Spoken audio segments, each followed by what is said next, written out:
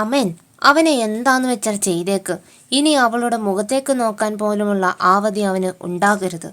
സിദ്ധാർത്ഥ് അതും പറഞ്ഞുകൊണ്ട് ഗൗരിയെയും കൂട്ടി അവൻ്റെ കാർ പാർക്ക് ചെയ്തിടത്തേക്ക് പോയി. കാറിൻ്റെ കോ ഡ്രൈവിംഗ് ഡോർ അവൻ വലിച്ചു തുറന്നു. തൻ്റെ കയ്യിൽ അടങ്ങി നിൽക്കുന്ന ഗൗരിയെ അവൻ വലിച്ച് കോൺഡ്രൈവർ സീറ്റിലേക്ക് വലിച്ചിരുത്തി. അവനിൽ നിന്നും പെട്ടെന്ന് ഇങ്ങനെയൊരു പ്രതികരണം അവൾ ഒരിക്കലും പ്രതീക്ഷിച്ചിരുന്നില്ല. സിദ്ധാർത്ഥ് കാർ ഡ്രൈവിംഗ് സീറ്റിലേക്കിരുന്നു. കാർ ശരവേഗം വീടിന് ലക്ഷ്യമാക്കി പാഞ്ഞു. കാറിൻ്റെ സ്പീഡും അവൻ്റെ മുഖത്തെ ദേഷ്യവും കണ്ട് അവൾക്ക് ഭയമാണ് തോന്നിയത്. സിദ്ധാർത്ഥ്, ഒന്ന് പെതുക്കപ്പോ, എനിക്ക് പേടിയാവുന്നുണ്ട്. അവളുടെ സംസാരം കേട്ട് സിദ്ധാർത്ഥിൻ്റെ മുഖം ദേഷ്യം കൊണ്ട് വലിഞ്ഞു മുറുക്കി. സിദ്ധാർത്ഥിൻ്റെ കൈകൾ സ്റ്റിയറിങ്ങിൽ മുറുകുന്നത് കണ്ടപ്പോൾ തന്നെ ഗൗരിയുടെ പകുതി ജീവൻ പോയിരുന്നു. അവൾ ഏതാനും മണിക്കൂറുകൾ കൊണ്ട് കോളേജിലെത്തുന്ന ഇടവഴികളിലൂടെ തന്നെയാണ് സിദ്ധാർത്ഥും കാർ ഓടിച്ചത്. എങ്കിൽ പോലും അവർ മിനിറ്റുകൾ കൊണ്ട് വീട്ടിലെത്തി. വീട്ടിലെത്തിയതും ഉടൻ തന്നെ സിദ്ധാർത്ഥ് സീറ്റിൽ നിന്ന് ചാടിയിറങ്ങി കോർ ഡ്രൈവിംഗ് സീറ്റിലേക്ക് പാഞ്ഞു. അവിടെ ഭയത്തോടിരിക്കുന്ന ഗൗരിയെ അവൻ എടുത്തുയർത്തി. അവൻ്റെ തോളിൽ ഒരു പൂച്ചക്കുട്ടിയെ ഇടുന്നത് പോലെ അവളെ ഇട്ടുകൊണ്ട് കാലുകൊണ്ട് ഡോർ ചവിട്ടി അടച്ചു. സിദ്ധാർത്ഥ്, ഞാൻ നടന്നോളാം, എന്നെ താഴെ ഇറക്ക്. സിദ്ധാർത്ഥ് അവളുടെ അരക്കെട്ടിൽ ഒന്ന് അമർത്തിക്കൊണ്ട് പറഞ്ഞു. അടങ്ങിക്കിടക്കവിടെ, അടങ്ങിക്കിടക്കടി അവിടെ.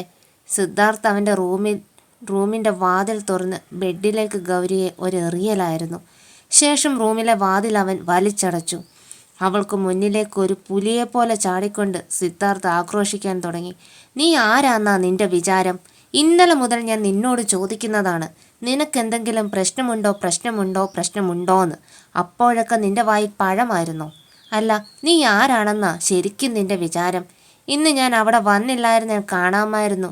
സിദ്ധാർത്ഥ്, ഞാൻ ചോദിച്ചതിനുള്ള മറുപടി ആദ്യം താ. ഇന്നലെ മുതൽ ഞാൻ നിന്നോട് ചോദിച്ചതല്ലേ നിനക്കെന്തെങ്കിലും പ്രശ്നമുണ്ടോ എന്ന്. അപ്പോഴൊന്നും ഒരു വാക്ക് പോലും പറയാതെ നീ എന്താ വിചാരിച്ചത്? എല്ലാ ആണുങ്ങളും നീ ഒന്ന് കരയുമ്പോൾ അല്ലെങ്കിൽ ഒച്ച വെച്ചാൽ ഇട്ടിട്ട് പോകുമെന്നോ? ഇന്ന് ഞാനും അമനും അവിടെ വന്നില്ലായിരുന്നെങ്കിൽ നിന്റെ അവസ്ഥ എന്തായിരിക്കുമെന്ന് ചിന്തിക്കാൻ പോലും പറ്റില്ല. സിദ്ധാർത്ഥ് അവൻ്റെ തലേണ എടുത്ത് ഒറ്റ ഏറ് കൊടുത്തു. സിദ്ധാർത്ഥിന് കോപമടക്കാനായില്ല. അവൻ്റെ മുഖത്തെ പേശികൾ വലിഞ്ഞു മുറുങ്ങുന്നത് ഗൗരിക്ക് വ്യക്തമായി കാണാമായിരുന്നു. സിദ്ധാർത്ഥ് ഒരു മാല അവളുടെ മുന്നിലേക്ക് എറിഞ്ഞു കൊടുത്തു. ഇതെന്താണെന്ന് നിനക്ക് വല്ലതും അറിയോ? അവൻ ദേഷ്യത്തോടെ തന്നെ അവളോട് ചോദിച്ചു. അവൾ കൈകൊണ്ട് ആ മാല എത്തിയെടുത്തു.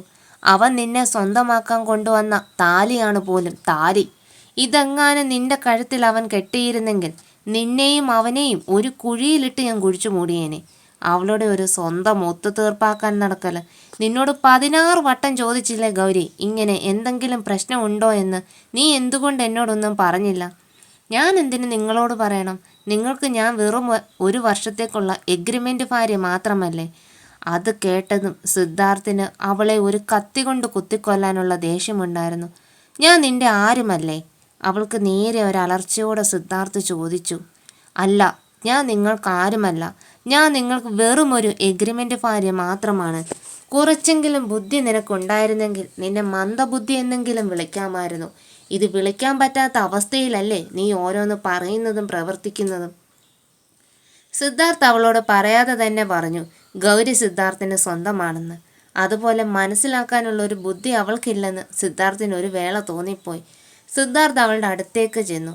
ശേഷം കാർത്തിക്ക് പിടിച്ചു മുറുക്കിയ അവളുടെ കൈ അവനൊന്ന് അവൻ്റെ കൈവെള്ളയെ വെച്ചു. അവൾ പെട്ടെന്ന് കൈ വലിച്ചെങ്കിലും അവൻ ആ സ്പീഡിൽ തന്നെ തിരിച്ച് അവൻ്റെ കൈവെള്ളയിലേക്ക് അവളുടെ കൈകൾ ചേർത്തു പിടിച്ചു. അവൻ്റെ വിരലുകളുടെ പാട് അവരുടെ കയ്യിൽ ഫോട്ടോസ്റ്റാറ്റ് കോപ്പി പോലെ പതിഞ്ഞിരുന്നു. അതിൽ തൊടുമ്പോൾ അവളുടെ മുഖഭാഗം മാറുന്നത് കണ്ട് സിദ്ധാർത്ഥിന് മനസ്സിലായി അവൾക്ക് നല്ല വേദനയുണ്ടെന്ന്. സിദ്ധാർത്ഥ് അവളുടെ കൈപ്പത്തിയിലൊന്ന് തലോടിക്കൊണ്ട് മുട്ടിലിരുന്നു. ശേഷം അവളുടെ കണ്ണിലേക്ക് അവനൊന്ന് നോക്കി. നോക്ക് ഗൗരി, ഒരു ചെറിയ പ്രശ്നമാണെങ്കിൽ പോലും നീ എന്നോടൊന്ന് പറയണം. ഇത് മറ്റാരുടെയെങ്കിലും വായിൽ നിന്ന് ഞാൻ അറിയുമ്പോൾ ഒരു പക്ഷേ എനിക്ക് നിന്നോട് ഒരുപാട് ദേഷ്യം തോന്നും. പിന്നെ ഇടയ്ക്കിടയ്ക്ക് നിന്റെ എഗ്രിമെൻ്റ് ഭാര്യ ഈ ഒരു വർത്തമാനം നിർത്തണം. അതെന്തിന് ഞാൻ നിർത്തണം? ഈ കൈ അവനങ്ങ് ഒടിച്ചാൽ മതിയായിരുന്നു. അവളുടെ ചോദ്യം കേട്ട് ദേഷ്യത്തെ സിദ്ധാർത്ഥ് പറഞ്ഞു. എഗ്രിമെൻ്റ് ഭാര്യയാണ് നീയെന്ന് എനിക്ക് നല്ല ബോധ്യമുണ്ട് ഗൗരി. അത് ഇടയ്ക്കിടയ്ക്ക് നീ പറഞ്ഞ് ഓർമ്മപ്പെടുത്തേണ്ടതില്ല, അത്ര തന്നെ. സമയമാകുമ്പോൾ നിന്നെ പറഞ്ഞയക്കാനും എനിക്കറിയാം. അവൻ്റെ ആ വാക്കുകൾ ഗൗരിയുടെ ഹൃദയം നുറുങ്ങുന്ന പോലെ തോന്നി. അപ്പോൾ ശരിക്കും നിങ്ങൾ എന്നെ പറഞ്ഞേക്കുമോ? അവളുടെ ആ ചോദ്യം കേട്ട് സിദ്ധാർത്ഥിന് അവൾക്കിട്ടൊരു പണി കൊടുക്കാൻ തോന്നി. പിന്നെ പറഞ്ഞയക്കാതെ? 1 വർഷത്തെ എഗ്രിമെൻ്റ് എഴുതിയിട്ടുണ്ട്. അത് കറക്റ്റ് നമ്മുടെ വിവാഹ ഡേറ്റ് ആകുമ്പോൾ തന്നെ നിന്നെ ഞാൻ ഇവിടെ നിന്ന് പറഞ്ഞയക്കും. അല്ലെങ്കിൽ എഗ്രിമെൻറ്റിൽ പറഞ്ഞതുപോലെ അനന്യ തിരിച്ചു വന്നാൽ അന്ന് നമ്മുടെ ബന്ധം അവസാനിക്കും. നിനക്ക് നിൻ്റെ ഇഷ്ടത്തിന് നിൻ്റെ വഴിക്ക് പോകാം. അത് കേട്ടതും അവൾ സിദ്ധാർത്ഥിൻ്റെ കൈ തട്ടിത്തെറിപ്പിച്ചുകൊണ്ട് ആ റൂമിന് വെളിയിലേക്കോടി. അവളുടെ സങ്കടത്തോടെയുള്ള പോക്ക് കണ്ട് സിദ്ധാർത്ഥിൻ്റെ മുഖത്തൊരു ചിരിയാണ് വിരിഞ്ഞത്. അങ്ങനെയൊന്നും ഞാൻ നിന്നെ പറഞ്ഞയക്കില്ല. അതിനി അനന്യയല്ല, ഏത് ഭൂലോക രംഭ വന്നാലും ശരി. പിറ്റേന്ന് രാവിലെ, അന്നൊരു ഞായറാഴ്ച ദിവസമായിരുന്നു. സിദ്ധാർത്ഥിന് ഓഫീസുമില്ല, ഗൗരിക്ക് കോളേജുമില്ല. സിദ്ധാർത്ഥ് പതിവിലും നേരം വൈകിയാണ് ഞായറാഴ്ചകളിൽ ഉണരാറുള്ളത്. അവൻ കണ്ണു തുറന്ന് സമയം നോക്കുമ്പോൾ ഏകദേശം 9 മണിയായിരുന്നു. പതിവ് പോലെ അവൻ്റെ ടേബിളിൽ അവനുള്ള ബ്ലാക്ക് ടീ ഇരിക്കുന്നുണ്ടായിരുന്നു. ഇവളിപ്പോൾ ഭയങ്കര ഉഴപ്പിയായ ഒരു സെർവൻ്റായി മാറിയിട്ടുണ്ട്. ചായ ദേ തണുത്താറിപ്പോയി. ഇവൾക്ക് കൊണ്ടുവയ്ക്കുമ്പോൾ ഒന്ന് വിളിച്ചുകൂടായിരുന്നു? സാരമില്ല, എന്തായാലും അവളുടെ ചായയ്ക്കൊരു പ്രത്യേകതരം ടേസ്റ്റ് തന്നെയാണ്. സിദ്ധാർത്ഥ് അതും പറഞ്ഞുകൊണ്ട് ചായ കുടിച്ചു. ഏകദേശം 1 മണിക്കൂറിന് ശേഷം ഫ്രഷായി ആഹാരം കഴിക്കാനായി താഴത്തേക്ക് പോയി. അവിടെയെല്ലാം ടേബിളിൽ ഒരുക്കി വെച്ചിരുന്നു. എന്നാൽ അവിടെയെങ്ങും അവൻ ഗൗരിയെ കണ്ടില്ല. അവളെ ഒരുപാട് തവണ വീട് മുഴുവനായി വിളിച്ചു നടന്നെങ്കിലും ഒരു വിളിക്കും ഉത്തരം നൽകിക്കൊണ്ട് അവളുടെ ശബ്ദം കേട്ടില്ല. അപ്പോഴാണ് പുറത്ത് പത്രം വായിച്ചുകൊണ്ടിരിക്കുന്ന സെക്യൂരിറ്റി അവൻ കണ്ടത്. ഡോ ഗൗരി, അയാൾ ബഹുമാനത്തോടു കൂടി എഴുന്നേറ്റ് നിന്നുകൊണ്ട് പറഞ്ഞു. അറിയില്ല സാറേ, മാഡം രാവിലെ തന്നെ എങ്ങോട്ടോ പോയി. പോയോ? എങ്ങോട്ട്? അതൊന്നും അറിയില്ല. കയ്യിൽ 1-2 കവറും കാര്യങ്ങളുമൊക്കെ ഉണ്ടായിരുന്നു. ഇവളിതെങ്ങോട്ട് പോയി? സിദ്ധാർത്ഥ തലയ്ക്ക് പിന്നിൽ തടവിക്കൊണ്ട് നിന്ന് ആലോചിച്ചു. ചിലപ്പോൾ ഇന്നലെ പറഞ്ഞത് അവൾക്ക് വല്ലാതെ ഫീൽ ചെയ്തിട്ടുണ്ടാവോ? ഏയ്, അങ്ങനെ പോവാൻ വഴിയില്ല. എഗ്രിമെൻ്റ് കാര്യം അവൾക്കറിയുന്നതല്ലേ. എന്തായാലും ആ ഒരു കൊല്ലം അവൾ എന്തായാലും പിടിച്ചു നിൽക്കും. ഇനിയിപ്പോൾ അവൾ ശരിക്കും പോയിട്ടുണ്ടാവോ? സിദ്ധാർത്ഥിനൊരു സമാധാനവും ഉണ്ടായിരുന്നില്ല. അവൻ വേഗം ഡ്രസ്സ് മാറി ആഹാരം പോലും കഴിക്കാൻ നിൽക്കാതെ കാറുമെടുത്ത് അവിടെ നിന്ന് പോയി. ഇടയ്ക്ക് അമനോട് അവളെപ്പറ്റി തിരക്കിയെങ്കിലും അമന് കാര്യങ്ങളൊന്നും അറിയില്ല എന്ന് പറഞ്ഞു. നേരം ഉച്ചയായിട്ടും സിദ്ധാർത്ഥിന് ഗൗരിയെ കണ്ടെത്താൻ കഴിഞ്ഞില്ല. രാവിലെ മുതൽ ഒന്നും കഴിക്കാത്തതിൻ്റെ ക്ഷീണം അവൻ്റെ മുഖത്ത് നല്ല വ്യക്തമായി തന്നെ തെളിഞ്ഞു കാണാൻ തുടങ്ങിയിരുന്നു. ഇടയ്ക്ക് എപ്പോഴോ അവളെ ഓർത്ത് അവൻ്റെ ഹൃദയം ഒന്ന് പിടച്ചു. അവസാനം ഇനി ഒരിടം മാത്രമാണ് ബാക്കിയുള്ളത്. അത് അപ്പുവിന് ഞാൻ വാങ്ങിക്കൊടുത്ത ഹോട്ടൽ റൂം തന്നെയാണ്. സിദ്ധാർത്ഥ് വേഗം ആ ഫ്ലാറ്റിലേക്ക് വിട്ടു. ഫ്ലാറ്റിലെത്തിയതും അപ്പുവിൻ്റെ റൂമിന് പുറത്തെത്തിയ സിദ്ധാർത്ഥ് അകത്തുനിന്ന് ഉച്ചത്തിലുള്ള ചിരിയും സംസാരവും കേട്ടു. അവൻ്റെ ശ്വാസം ഒന്ന് നേരെ വീണു. ഡോർ വലിച്ചു തുറന്നുകൊണ്ട് സിദ്ധാർത്ഥ് അകത്തേക്ക് കയറി. അവിടെ അപ്പുവിനൊപ്പം ചിരിച്ചും കളിച്ചും സംസാരിക്കുന്ന ഗൗരിയെ കണ്ടതും അവന് സമാധാനമായി. അവനെ കണ്ടതും ഗൗരിയുടെ ശ്വാസം നിലച്ചതുപോലെ അവൾക്ക് തോന്നി. അവൻ്റെ മുഖത്ത് ക്ഷീണം കണ്ടപ്പോൾ തന്നെ അവൾക്ക് മനസ്സിലായി ആഹാരമൊന്നും കഴിച്ചിട്ടില്ല എന്ന്. ഗൗരി, നീ എപ്പോഴാണ് ഇങ്ങോട്ടേക്ക് വന്നത്? ഇന്ന് ഞായറാഴ്ചയല്ലേ, ഞാൻ രാവിലെ തന്നെ ഇവൻ്റെ അടുത്തേക്ക് പോണു. നിനക്ക് എന്നോടൊരു വാക്കു പറയാമായിരുന്നു. ഞാൻ റൂമിൽ വന്നപ്പോൾ നിങ്ങൾ നല്ല ഉറക്കമായിരുന്നു. ഞാൻ മരിച്ചു കിടക്കുകയല്ലായിരുന്നു. ഒന്ന് വിളിച്ചിരുന്നെങ്കിൽ ഞാൻ എഴുന്നേറ്റേനെ. നിങ്ങൾ ആഹാരം എന്തെങ്കിലും കഴിച്ചോ? സിദ്ധാർത്ഥ് അവളുടെ ചെവിയോട് ചേർന്നിരുന്നു കൊണ്ട് പറഞ്ഞു. രാവിലെ മുതൽ ഞാൻ നിന്നെ തേടിയുള്ള അലച്ചിലായിരുന്നു. നീ ഒരു വാക്ക് എന്നോട് പറഞ്ഞിട്ട് പോകുകയായിരുന്നെങ്കിൽ ഞാൻ ഇത്രയും സ്ട്രെസ് അനുഭവിക്കില്ലായിരുന്നു. ആഹാരം പോലും കഴിക്കാൻ നിൽക്കാതെ ഞാൻ നിന്നെ തേടി നടന്നത്. നിനക്ക് നന്നായിട്ട് അറിയുന്നതല്ലേ എനിക്ക് സമയത്തിന് ആഹാരം വേണം, എൻ്റെ ഡയറ്റ് അങ്ങനെയാണ്. അവൻ്റെ സംസാരത്തിൽ നിന്നും അവൾക്ക് മനസ്സിലായി അവൻ ഫുഡൊന്നും കഴിച്ചിട്ടില്ല. നിങ്ങളൊരു 5 മിനിറ്റ് ഇരിക്കെ, ഞാൻ ഫുഡുമായി വരാം. അവൾ എഴുന്നേറ്റ് പോയതും അപ്പുവും സിദ്ധാർത്ഥും അല്പനേരം സംസാരിച്ചു. സിദ്ധാർത്ഥിന് അപ്പുവിനെ കാണുമ്പോൾ തന്നെ വല്ലാത്തൊരു വിഷമം ഉണ്ടായിരുന്നു. മുമ്പ് അപ്പുവിനെ കണ്ടപ്പോൾ അവൻ വല്ലാത്ത അവസ്ഥയിലായിരുന്നു. ഇപ്പോഴാണ് അവനൊന്ന് ഉഷാറായത്. അപ്പു, നിനക്കിപ്പോൾ സുഖമല്ലേ? വേറെ എന്തേലും ചെയ്തു തരണോ? അത് പിന്നെ പറയപ്പോ, ഞാൻ നിന്റെ ചേച്ചിയുടെ ഭർത്താവല്ലേ? നിന്റെ ഭാഷയിൽ പറഞ്ഞാൽ അളിയൻ. അപ്പോൾ പറ, ഞാൻ ഇനി എന്താ എൻ്റെ അളിയന് ചെയ്തു തരണ്ടേ? അത് പിന്നെ എനിക്കൊരു ലാപ്പ് വേണമെന്നുണ്ട്. ഞാനും അത് വിചാരിച്ചു. ഒറ്റയ്ക്കിരുന്ന് നിനക്ക് ബോറടിക്കുന്നുണ്ടാവും അല്ലേ? അതെ, ഫുൾ കിടത്തവും ഇരുത്തവും തന്നെ. ശരി, അത് ഞാൻ ഏർപ്പാടാക്കാം. ഞാൻ സത്യത്തിൽ നിങ്ങളൊരു ഭീകരനാവൂ എന്ന് കരുതി. താഴ്ന്ന ശബ്ദത്തിൽ തല താഴ്ത്തി പറഞ്ഞു. അത് കേട്ടതും സിദ്ധു ഒന്ന് ചിരിച്ചു. എന്താ, എന്നെ കാണുമ്പോൾ രാക്ഷസനായി തോന്നുന്നുണ്ടോ? അങ്ങനെയല്ല, ഒന്ന് കാണുക പോലും ചെയ്യാതെ ചേച്ചിയെ പെട്ടെന്ന് കല്യാണം കഴിച്ചതല്ലേ, അത് ഒരു ദിവസത്തെ സമയം പോലും കൊടുക്കാതെ. അപ്പോൾ എൻ്റെ മനസ്സിലേക്ക് നിങ്ങളുടെ രൂപം വരുന്നത് ഒരു രാക്ഷസ രൂപം തന്നെയായിരുന്നു. അത് നീ പറഞ്ഞത് ശരിയാണപ്പോ, ഇടയ്ക്കൊക്കെ ഇങ്ങനെ അങ്ങനെ തന്നെയാണ്. ഫുഡുമായി അടുക്കളയിൽ നിന്നും വന്ന ഗൗരി പറഞ്ഞു. അത് കേട്ടതും സിദ്ധാർത്ഥ് ഗൗരിയെ ഒന്ന് തുറച്ചു നോക്കി. ആഹാരം കഴിപ്പെല്ലാം കഴിഞ്ഞ് ഏകദേശം വൈകുന്നേരം 3:30 അവർ തിരികെ മടങ്ങാനായി അവിടെ നിന്നും ഇറങ്ങിയത്. ഇറങ്ങുവാൻ നേരം ഗൗരിയും അപ്പുവും ഒരുപാട് നേരം കെട്ടിപ്പിടിച്ച് കരഞ്ഞുകൊണ്ടിരുന്നു. ചേച്ചി പോയിട്ട് പിന്നെ ഒരു ദിവസം വരാട്ടോ. അളിയ, കുറച്ച് ദിവസം ചേച്ചിയെ ഇങ്ങോട്ടേക്ക് പറഞ്ഞയക്കുമോ? അപ്പു സിദ്ധാർത്ഥിനോട് താഴ്മയായി ചോദിച്ചു. അതിനെന്താ, കുറച്ച് ദിവസം കഴിഞ്ഞ് ഞാൻ തന്നെ പറഞ്ഞു വിട്ടോളാം. അതും പറഞ്ഞ് സിദ്ധാർത്ഥ് ഗൗരിയെ ഒന്ന് ചൂഴ്ന്നു നോക്കി. സിദ്ധാർത്ഥ് പറഞ്ഞതിലെ പൊരുൾ അവൾക്ക് മനസ്സിലായി. കരാർ കഴിയുമ്പോൾ എന്തായാലും എന്നെ ഇങ്ങോട്ടേക്ക് തന്നെയല്ലേ പറഞ്ഞു വിടുക. അതോർത്തപ്പോൾ അവളുടെ മനസ്സ് ഒന്നുകൂടെ വിഷമത്തിലാണ്ടു. തിരികെ വീട്ടിലേക്കിറങ്ങി സിദ്ധാർത്ഥും ഗൗരിയും കാറിൽ അല്പനേരം മിണ്ടാതെയിരുന്നു. മൗനം മാത്രം തടക്കെട്ടി നിന്ന ആ കാറിനകത്ത് ഗൗരിയുടെ ശബ്ദമുയർന്നു. നിങ്ങൾ എന്തിനാണ് എപ്പോഴും എന്നെ പറഞ്ഞു വിടുന്ന കാര്യം ഇങ്ങനെ ചിന്തിക്കുന്നത്? പെട്ടെന്ന് അവളുടെ സംസാരം കേട്ട് ഒന്നും മനസ്സിലാവാതെ സിദ്ധാർത്ഥ് അവളെ തന്നെ ഒന്ന് നോക്കി. ഞാൻ എപ്പോ ചിന്തിച്ചു? നിങ്ങൾ ചിന്തിക്കുന്നുണ്ട്. അത് തന്നെയല്ലേ നിങ്ങൾ അപ്പുവിനോടും പറഞ്ഞത്? ഞാൻ അപ്പുവിനോട് എന്ത് പറഞ്ഞെന്നാ നീ പറയുന്നത്? നിങ്ങൾ അപ്പുവിനോട് പറഞ്ഞില്ലേ നിന്റെ ചേച്ചിയെ കുറച്ച് കഴിയുമ്പോൾ ഞാൻ തന്നെ ഇങ്ങോട്ട് അയക്കാമെന്ന്? ഓ, അതാണോ കാര്യം? പിന്നെ ഞാനല്ലാതെ നിന്നെ ഇങ്ങോട്ടേക്ക് വേറെ ആരാണ് അയക്കേണ്ടത്? എന്നാൽ എന്തായാലും നിങ്ങൾ പറഞ്ഞ പൊരുൾ എന്താണെന്ന് എനിക്കും നന്നായിട്ടറിയാം. ഞാനൊരു കാര്യം ചോദിക്കട്ടെ? ഇന്ന് രാവിലെ നീ എന്നോട് പറഞ്ഞിട്ടാണോ എങ്ങോട്ടെങ്കിലും ഇറങ്ങിപ്പോയത്? ഞാനെന്തിനു നിങ്ങളോട് ചോദിക്കണം? അതിന് നിങ്ങളുടെ ആരുമല്ലല്ലോ ഞാൻ. വെറും ഒരു എഗ്രിമെൻ്റ് ഭാര്യ മാത്രമല്ലേ. സിദ്ധാർത്ഥ് കാർ ഒരു സൈഡ് ചേർത്ത് നിർത്തി. ഞാൻ നിനക്ക് ആരുമല്ലേ? അവളുടെ നേരെ തിരിഞ്ഞുകൊണ്ട് സിദ്ധാർത്ഥ് ഉച്ചത്തിൽ ചോദിച്ചു. അല്ല, നിങ്ങൾ എനിക്കാരുമല്ല, ഞാൻ നിങ്ങൾക്കും ആരുമല്ല. പിന്നെ എന്തിനാണ് ഞാൻ എങ്ങോട്ടെങ്കിലും പോകുന്നുണ്ടെങ്കിൽ അത് നിങ്ങളോട് പറയേണ്ട കാര്യം? ഞാൻ നിനക്കാരുമല്ലെങ്കിൽ എന്തിനാടി കോളേജിൽ വെച്ച് എന്നെ കെട്ടിപ്പിടിച്ച് കരഞ്ഞത്? അതിന് ഗൗരിയുടെ പക്കൽ മറുപടി ഒന്നും ഉണ്ടായിരുന്നില്ല. നീ മറുപടി പറയാതെ ഈ വണ്ടി ഇവിടെ നിന്ന് ചലിക്കുമെന്ന് നീ വിചാരിക്കേണ്ട ഗൗരി. ഞാൻ നിങ്ങളുടെ എഗ്രിമെൻ്റ് ഭാര്യ, അല്ലാതെ ആര്? നീ എൻ്റെ എഗ്രിമെൻ്റ് ഭാര്യയാണെന്ന് എനിക്ക് നല്ല രീതിയിൽ ബോധമുണ്ട്. നിനക്ക് ഞാൻ ആരാണെന്നാണ് ചോദിച്ചത്. എനിക്കതൊന്നും അറിയില്ല. എനിക്ക് വിഷമം വന്നു, ഞാൻ നിങ്ങളെ അറിയാതെ കെട്ടിപ്പിടിച്ചു, അത്ര തന്നെ.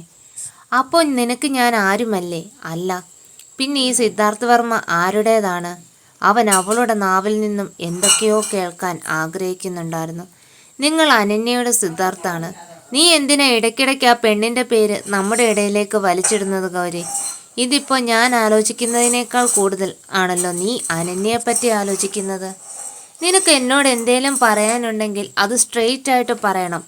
അല്ലാതെ അനന്യയെ കൂട്ടുപിടിച്ച് ഒന്നും നീ മറക്കാൻ നിൽക്കണ്ട. മതി, വണ്ടി എടുക്ക്, നമുക്ക് വീട്ടിൽ പോകാം. നീയാണ് അനാവശ്യമായി സംസാരിച്ച് ഇത്രയും വലിയൊരു പ്രശ്നത്തിലേക്ക് എത്തിച്ചത്. അതുകൊണ്ട് തന്നെ അതിനുള്ള സൊല്യൂഷൻ നീ ഉണ്ടാക്കിയിട്ട് ഞാനിവിടുന്ന് വണ്ടി എടുക്കത്തുള്ളൂ. നിങ്ങൾക്ക് എന്ത് സൊല്യൂഷനാണ് സിദ്ധാർത്ഥെ വേണ്ടത്? ഗൗരിക്ക് ഈ സിദ്ധാർത്ഥ് വർമ്മ ആരാണെന്ന് പറ. എനിക്കങ്ങനെയൊന്നും പറഞ്ഞു തരാൻ അറിയില്ല. എങ്കിലും പറ. സിദ്ധാർത്ഥ്, ദയവ് ചെയ്ത കാറ് മുന്നോട്ടെടുക്ക്, നമുക്ക് വീട്ടിൽ പോകാം. ശരി, ഈ സിദ്ധാർത്ഥ് ഗൗരിക്ക് ആരുമല്ലേ? അല്ല. അവൾ ഉള്ളിലെ ദേഷ്യമെല്ലാം ആ ഇല്ല എന്ന വാക്കിൽ ചൊരിഞ്ഞിരുന്നു. അത് കേട്ടതും സിദ്ധാർത്ഥിന് അവൻ്റെ മുഖം ദേഷ്യം കൊണ്ട് വലിഞ്ഞു മുറുകി. സിദ്ധാർത്ഥ് അവളെ അവനിലേക്ക് വലിച്ചടുപ്പിച്ചു. അപ്പോൾ ഞാൻ നിനക്കാരുമല്ലല്ലേ? ഈ എഗ്രിമെൻ്റ് കരാർ കഴിഞ്ഞാൽ അപ്പോൾ നീ വേറൊരുത്തനെ കിട്ടി സുഖമായി ജീവിക്കും, അതല്ലേ ഈ ഇല്ല എന്നതിൻ്റെ അർത്ഥം? അത് തന്നെ. അനന്യ വരുന്നത് വരെ മാത്രമാണ് എൻ്റെ ഈ ഭാര്യ എന്ന അഭിനയ പദവി. അങ്ങനെ നീ വേറൊരുത്തനെ കിട്ടി സുഖമായി ജീവിക്കുന്നത് എനിക്കൊന്ന് കാണണം. 1 വർഷം കഴിഞ്ഞാൽ നിങ്ങൾക്ക് ഞാൻ ആരുമല്ല. അതിനിടയിൽ അനന്യ വരികയാണെങ്കിൽ നമ്മുടെ ബന്ധം അതോടെ അവസാനിക്കുമെന്നും ആ എഗ്രിമെൻ്റ് കരാറിൽ കറക്റ്റായി നിങ്ങൾ എഴുതി വെച്ചിട്ടുണ്ട്. ആ എഗ്രിമെൻറ്റിൽ തന്നെയാണ് ഞാൻ ഒപ്പുവെച്ചത്. അതുകൊണ്ട് തന്നെ നിങ്ങൾ പോയാൽ എനിക്ക് എൻ്റെ ജീവിതം മറ്റൊരാളോടൊപ്പമേ ജീവിച്ചു മതിയാവും. അത് പറഞ്ഞു തീർന്നതും സിദ്ധാർത്ഥ് അവളുടെ ചുണ്ടുകളെ അമർത്തി ചുംബിച്ചു. അവളുടെ കണ്ണുകൾ വിടർന്ന് സിദ്ധാർത്ഥിൻ്റെ കണ്ണുമായി കൂട്ടിയിടഞ്ഞു. അവളുടെ വലങ്കൈ അവൻ്റെ ഇടങ്കൈയിൽ അവൻ മുറുകെ പിടിച്ചു. ഗൗരി അവനെ തള്ളി മാറ്റാൻ ശ്രമിക്കുന്നുണ്ടെങ്കിലും അവളെക്കൊണ്ട് കഴിയുന്നില്ലായിരുന്നു. അവൻ്റെ ചുംബനം അവളെ വല്ലാതെ ബുദ്ധിമുട്ടിയിലാക്കിയിരുന്നു. അവളുടെ ഉള്ളിലേക്ക് ആ രാത്രിയാണ് കടന്നു വന്നത്. ആരാണെന്ന് പോലും അറിയാതെ ഒരു പുരുഷനൊപ്പം ഒരു രാത്രി. ഇനിയും അങ്ങനെയൊന്നും സംഭവിച്ചുകൂടാ.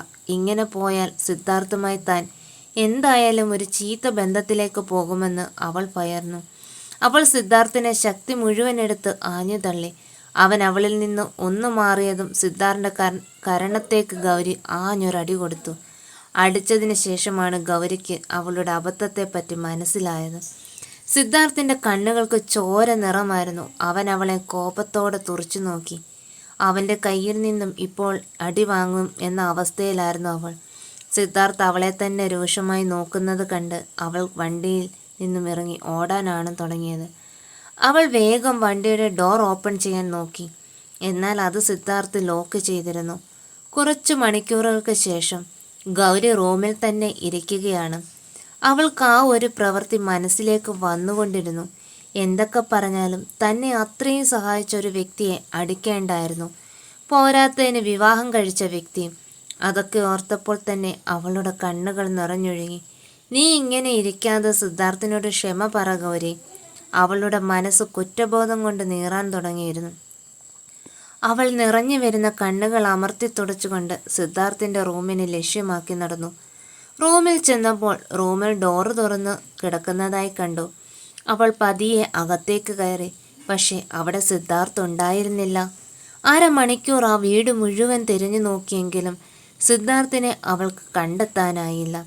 അവൾക്കുള്ളിൽ ഭയവും വിഷമവും തിങ്ങി നിറഞ്ഞു. സമയം രാത്രിയാവാൻ പോവുകയാണ്. ഇനിയും വന്നില്ല എങ്കിൽ ഒരുപക്ഷെ ഞാൻ കുറ്റബോധം പേറി മരിച്ചു പോകും, അവൾ കരഞ്ഞുകൊണ്ട് പറഞ്ഞു. അവൾ പെട്ടെന്ന് തന്നെ ഫോൺ എടുത്ത് അമനെ വിളിച്ചു. ഫസ്റ്റ് റിങ്ങിൽ തന്നെ അമൻ ഫോൺ എടുത്തു. മറുപുറത്തു നിന്നും ഗൗരിയുടെ തേങ്ങിക്കൊണ്ടുള്ള വിളിയാണ് അമൻ കേട്ടത്. അമൻ ചേട്ടാ. അയ്യോ ഗൗരി, എന്തു പറ്റി? എന്തിനാ കരയുന്നേ? അമൻ ചേട്ടാ, സിദ്ധാർത്ഥിനെ കാണാനില്ല. എന്തോന്ന്? സിദ്ധാർത്ഥിനെ കാണാനില്ലെന്നോ? അവൻ എവിടെ പോയി? അറിയില്ല അമൻ ചേട്ടാ. ഗൗരി, എന്തെങ്കിലും പ്രശ്നമുണ്ടായോ? അത് പിന്നെ ഗൗരി, നീ എന്താ ഒളിക്കുന്നത്? എന്താന്ന് വെച്ചാൽ പറ. ഞാൻ സിദ്ധാർത്ഥിനെ അടിച്ചു. ഒരു ഞെട്ടലോടെ അവനൊന്നും മിണ്ടാതെ നിന്നു. അറിയാതെ പറ്റിപ്പോയതാ അമൻ ചേട്ടാ. അതിനെന്ത് ശിക്ഷ വേണമെങ്കിലും ഞാൻ സ്വീകരിക്കാൻ തയ്യാറാണ്. എനിക്ക് സിദ്ധാർത്ഥിനെ ഒന്ന് കണ്ടാൽ മാത്രം മതി. എൻ്റെ ശരീരമെല്ലാം തളർന്നു പോവുകയാണ്. ഒരു നിലവിളിയോടെയാണ് ഗൗരി അത് പറഞ്ഞു നിർത്തിയത്. ഗൗരി, നീ ചെയ്തത് എത്ര വലിയ തെറ്റാണെന്ന് നിനക്കറിയോ? സിന്ധുവിൻ്റെ അമ്മയും അച്ഛനും ഇതുവരെ അവനെ ഒരു ഈർക്കിലി തുമ്പുകൊണ്ട് പോലും നോവിച്ചിട്ടില്ല. അങ്ങനെയുള്ള അവനെയാണോ നീ അടിച്ചു എന്ന് പറഞ്ഞത്? ചേട്ടാ, എന്നെ കുറ്റപ്പെടുത്തല്ലേ. അബദ്ധം തന്നെയാണ്, എനിക്കറിയാം. പക്ഷെ അത് മനഃപൂർവ്വമായിരുന്നില്ല അമൻ ചേട്ടാ. ശരി, ഞാൻ അവനൊന്ന് വിളിച്ചു നോക്കട്ടെ. എന്നിട്ട് ഞാൻ നിന്നോട് പറയാം അവൻ എവിടെയാ ഉള്ളതെന്ന്. പെട്ടെന്ന് വിളിക്കണം അമൻ ചേട്ടാ. അമൻ വല്ലാത്തൊരവസ്ഥയിൽ തന്നെയായിരുന്നു. ഈ പെണ്ണിന് തീരെ ബോധമില്ലേ എന്ന് വരെ അമൻ ചിന്തിച്ചു പോയിരുന്നു. അമൻ സിദ്ധാർത്ഥിനെ കോൾ ചെയ്തു. എടാ, നീ എവിടെയാ? എന്തിനാ അറിഞ്ഞിട്ട്? അതല്ലടാ, ഓഫീസിൽ 1-2 ഫയൽസ് നീ പെട്ടെന്ന് സൈൻ ചെയ്യണം, അതുകൊണ്ട് വരാൻ. എനിക്കൊരു ഫയലിലും സൈൻ ചെയ്യാൻ ഇല്ല, എല്ലാം എടുത്ത് വലിച്ചു കീറിയേക്ക്. സിദ്ധു, പറ നീ എവിടെയാണ്? ഞാൻ വന്ന് സൈൻ ഇട്ട് അപ്പോൾ തന്നെ പൊയ്ക്കോളാം. ഞാൻ റെസ്റ്റ് പാലസിലുണ്ട്. വീട്ടിലല്ലേ അപ്പോൾ? അല്ല, നീ വരുന്നേൽ വേഗം വാ. സിദ്ധാർത്ഥ് ദേഷ്യത്തിൽ പറഞ്ഞ് ഫോൺ കട്ട് ചെയ്തു.